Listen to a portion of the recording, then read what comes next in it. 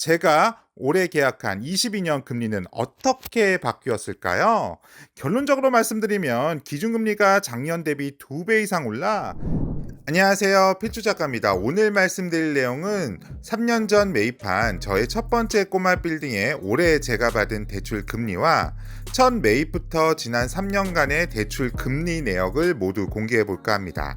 아마 영상을 끝까지 보신다면 꼬마 빌딩 투자와 대출 금리와의 상관관계를 이해하고 최근 대출 금리 상승 기조에 따른 꼬마 빌딩 투자 방향과 전략을 고민해 보실 수 있을 것 같네요. 부동산 투자에 관심 있는 분이라면 아시겠지만 대부분의 부동산 투자는 대출 레버리지를 활용하기에 대출 금리에 매우 민감할 수밖에 없는데요. 즉, 대출 금리와 부동산 투자는 어느 정도 반비례 관계가 있다고 생각이 되네요. 즉, 대출 금리가 오르면 부동산 투자에 대한 성향은 낮아지고 대출 금리가 내려가면 부동산 투자 성향은 높아지는 경우가 있는데요. 솔직히 저는 불과 몇 년 전까지만 해도 대출 금리에는 그닥 관심이 없었습니다. 하지만 꼬마 빌딩 대출 금액이 커지면서 대출 금리 1, 2%에 매우 민감하게 되었는데요. 그렇다면 대출 금리가 저의 꼬마 빌딩 월세에 얼마나 직접적으로 영향을 주었는지부터 알아보겠습니다. 저는 3년 전 경기도 모 지역에 저의 첫 번째 꼬마 빌딩을 22억 6천만 원에 매입을 했는데요. 당시 대출은 약 11억을 받았네요. 즉 5개 층에 2개 층 정도는 아직 은행 거일 것 같은데요. 참고로 저는 대출의 개념을 은행에 빌렸다기보다는 은행과 함께 공동으로 투자를 했다고 생각을 하는 편인데요.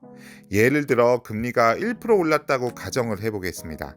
제가 은행 대출급은 11억이었기 때문에 11억의 1%면 1년에 약 1,100만 원이고요. 금리 1%에 1년을 12달로 나누면 매월 90만 원 정도의 이자를 더 납부하게 되는 거네요. 만약 대출금이 많을 경우 매월 납부해야 할 은행이자는 더욱더 많아지기에 최근에 대출금리 상승은 매우 부담스러운 상황인데요. 이러하기에 건물 투자에서는 이러한 대출금리가 매우 민감해질 수밖에 없습니다. 특히 제가 3년 전 꼬마 빌딩을 매입하는 시기에는 저금리 기조였다는 반면에 최근의 금리 인상에 의하면 더욱더 이러한 금리는 민감해질 수밖에 없겠는데요. 다음으로 대출 금리 구조에 대해서 한번 이해해 볼까요? 결론부터 말씀드리면 대출 금리는 기준금리 플러스 가산금리로 정해지는데요. 좀 더 쉽게 설명을 드려볼까요? 과일 가게를 은행이라고 생각해 보겠습니다. 과일 가게는 사과를 들여보는 원가에 마진을 붙여서 판매를 하게 되는데요. 여기서 사과의 원가를 기준금리라고 하고 마진을 가산금리라고 보면 되겠네요. 여기서 기준금리는 말 그대로 대출금리를 정할 때의 기준이 되는 값인데요. 이러한 원가인 기준금리를 정하는 데는 대표적으로 코픽스와 코리보, 금융채라는 게 있어요. 각각 개념을 이해하실 필요는 없을 것 같고 국내 8개 은행이 모두 같다고 생각하시면 됩니다. 하지만 이에 반해 가산금리는 은행들의 마진율, 인건비로 결정이 되는데요. 이러한 은행의 마진이기에 각각의 고객들의 신용도에 따라 결정되는 금리가 모두 다르다고 생각하시면 됩니다. 즉, 고객 신용도가 높으면 금리는 낮아지고 고객 신용도가 조금 낮으면 금리는 높아지겠네요. 하지만 가산금리는 은행마다 산정 기준이 매우 다르고 투명하지 않네요. 이에 은행과 대출 금리를 정할 때는 충분히 은행 담당자와 협의를 하여 이러한 가산금리를 최대한 낮게 받도록 협의하시는 게 필요해 보이네요. 서두가 조금 길었네요. 그렇다면 제가 3년 전 매입한 저의 첫 번째 꼬마 빌딩의 금리를 말씀드려 보겠습니다. 앞서 말씀드린 대로 저는 3년 전인 19년 초 저의 첫 번째 꼬마 빌딩을 매입하게 되었는데요. 19년 초에 매입을 결정하면서 모 은행과 1년 변동금리로 매년 대출 연장하는 상품을 계약하게 되었는데요. 매입 당시인 19년 초의 당시 금리는 3.27%였고요. 앞서 말씀드린 기준금리와 가산금리를 구분해서 말씀드리면 기준금리는 1.77%, 가산금리는 1.5%였습니다. 참고로 저는 약 10년 넘게 한 회사를 다니면서 신용이 좋은 편이었어요. 따라서 가산금리를 상대적으로 낮게 받을 수 있었다고 하네요. 그렇다면 2020년에 금리를 알아볼까요? 그 다음 해인 20년 초에는 저금리 기조였어요. 따라서 기준금리가 약 전년 대비 0.5% 감소하였고 가산금리는 동일하게 1.5%를 받았네요. 아마도 20년 초 때도 당시는 저금리 기조 모드였기 때문에 꼬마 빌딩과 같은 상업용 부동산에 투자하기 아주 좋은 시절이었네요. 이러면서 저도 2020년에 두 번째 꼬마 빌딩을 추가 매입을 할 수 있었고요.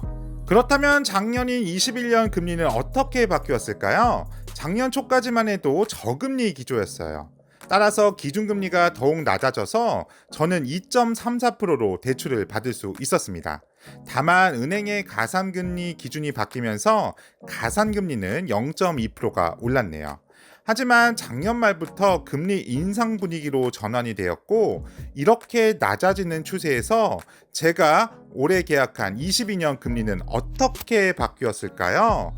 결론적으로 말씀드리면 기준금리가 작년 대비 2배 이상 올라 3.15%로 계약하게 되었네요. 보시는 표와 같이 가산금리는 작년 대비 동일하였지만 기준금리가 2배 이상 오르게 되었어요.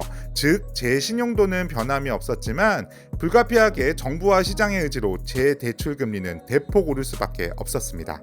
그렇다면 제가 받은 대출 기준금리와 한국은행의 기준금리 변동을 한 표에 놓고 비교해 볼까요? 빨간색 선이 제가 받은 금리 추이고요.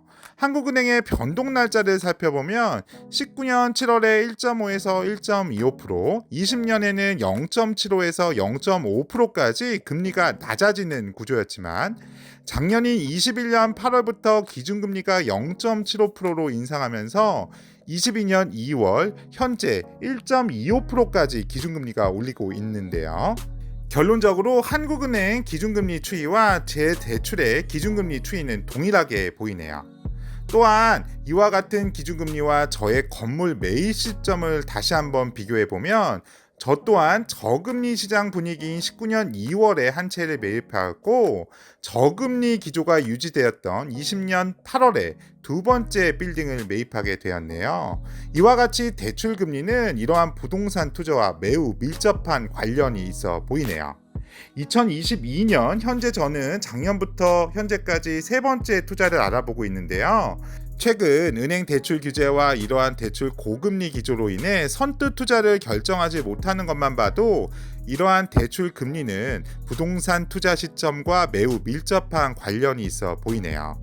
비록 현재 시장 분위기는 고금리 기조와 대출 규제 등으로 투자하기가 매우 어려운 상황이실 거예요. 하지만 시장 상황과 정부 정책은 언제든지 바뀔 수 있으므로 이러한 대출 금리 추이와 시장 현황을 지속적으로 모니터링하고 꼬마 빌딩 매물을 알아보신다면 적절한 투자가 될 것 같네요.